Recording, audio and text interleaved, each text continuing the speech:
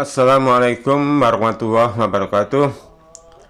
Alhamdulillahilladzi arsala rasulahu bil huda wa dinil haq liyudhhirahu 'ala dini kullihi wa kafa billahi shahida.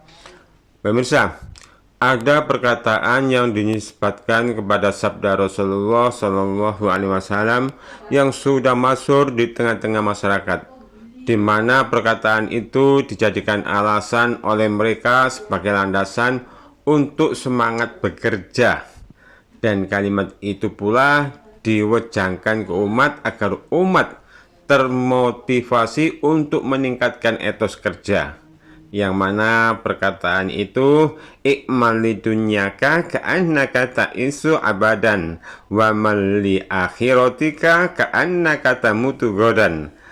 Bekerjalah untuk duniamu seakan-akan engkau hidup selamanya, dan beramalah untuk akhiratmu seakan-akan engkau akan mati besok.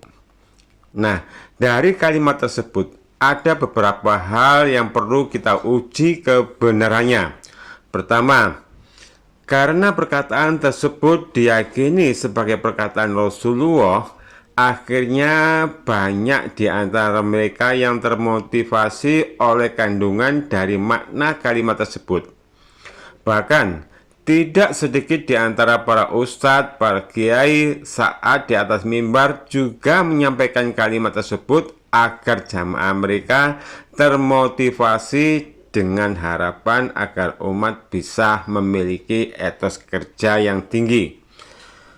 Maksudnya sih baik, tapi tidak selamanya maksud yang baik, nikmat yang baik, niat yang baik akan membawa dampak yang baik pula. Cuma sayangnya, ungkapan di atas hanya terlahir dari hadis palsu, yakni hadis maudhu. Dan karena hadis palsu, maka haram hukumnya bila menyandarkan perkataan itu sebagai sabda Rasulullah Shallallahu Alaihi Wasallam. Kedua, mengenai ungkapan tersebut ada dua sub kalimat. Sub kalimat pertama, bekerjalah untuk duniamu seakan-akan engkau hidup selamanya. Dan sub yang kalimat kedua, beramalah untuk urusan akhiratmu seakan-akan engkau akan mati besok. Untuk paragraf kedua, beramalah untuk urusan akhiratmu seakan-akan engkau akan mati besok. Pada paragraf kedua ini memang sejalan dengan ketentuan syariat, yakni umat Islam diperintahkan untuk segera melakukan amal saleh atau diperintah agar umat Islam segera berlomba-lomba pada kebajikan dan tidak menunda-nunda hal-hal yang sifatnya menuju pada kebaikan.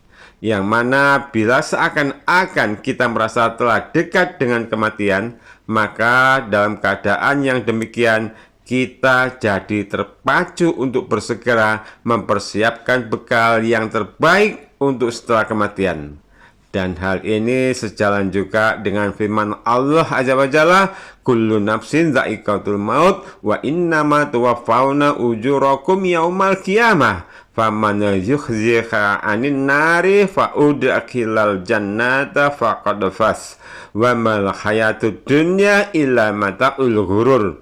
Setiap yang bernyawa akan merasakan mati. Hanya pada hari kiamat sajalah diberikan dengan sempurna balasanmu. Siapa yang dijauhkan dari neraka dan dimasukkan ke dalam surga, sungguh dia memperoleh kemenangan. Kehidupan dunia hanyalah kesenangan yang menipu. Nah, kalau hakikat kesenangan dunia hanyalah tipuan, lalu kenapa yang sifatnya tipuan itu harus diburu sepanjang umur dengan segenap kemampuan? Dan lagi untuk pada paragraf pertama, bekerjalah untuk duniamu seakan-akan engkau hidup selamanya. Kalimat ini sungguh rancu yang tentu bertentangan dengan dua hal, yakni bertentangan dengan firman Allah Azza wa Jalla sebagaimana yang tersampaikan tersebut, bahwa hendaknya setiap manusia selalu ingat dengan kematian dan terus berusaha mempersiapkan bekal terbaik setelah kematian.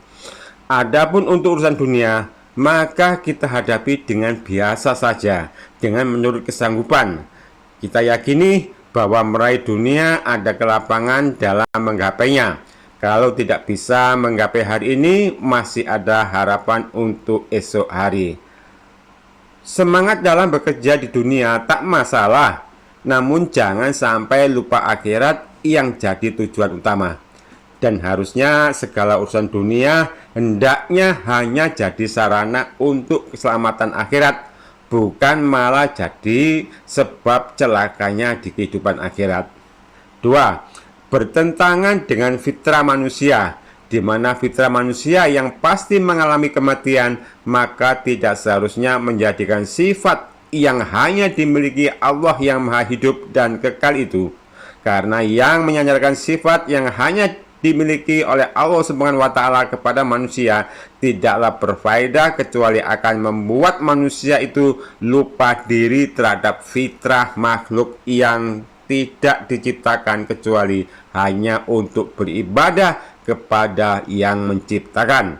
Dan ini sangat bertentangan dengan prinsip tauhid, yakni keesaan Allah yang tidak seharusnya yang diciptakan seakan-akan merasa sama dengan yang menciptakan.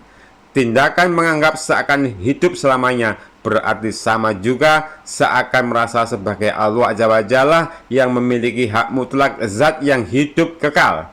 Padahal Allah Azza wa Jalla berfirman, tiada sesuatu pun yang serupa dengannya, dan dialah yang maha mendengar lagi maha melihat. Dari ayat tersebut dan sebagaimana firman Allah di atas, maka bagi saya pribadi, kita tidak perlu menjadikan kalimat di atas kalau hanya sebagai moto untuk memotivasi diri, terkhusus pada paragraf pertama. Bahkan harusnya lebih tepat dan lebih selamat bila kalimat itu dirubah dari bekerjalah untuk duniamu seakan-akan engkau hidup selamanya, dirubah menjadi bekerjalah untuk duniamu seakan-akan engkau besok menghadapi masa hisab. Sebab bila hati sudah dipenuhi keyakinan seperti itu, maka setiap orang akan senantiasa menjadikan segala usaha duniawinya akan terbangun karena Allah. Dan semua hasil yang kita upayakan pun akan semata-mata juga demi untuk kemaslahatan diri dan sesama, juga demi kemaslahatan agama atau ikhlas karena Allah Azza wa Jalla. Nah pemirsa, ini semua hanya sebuah pendapat saya pribadi, dan tentu bisa salah dan bisa benar. Selagi perkataan itu bukan dari Rasulullah Shallallahu Alaihi Wasallam, maka bisa diterima dan bisa ditolak mengikuti uji kebenaran menurut hukum yang semestinya. Subhanaka Allahumma wa bihamdika asyhadu an la ilaha illa anta astaghfiruka wa atubu ilaik. Wassalamualaikum warahmatullahi wabarakatuh.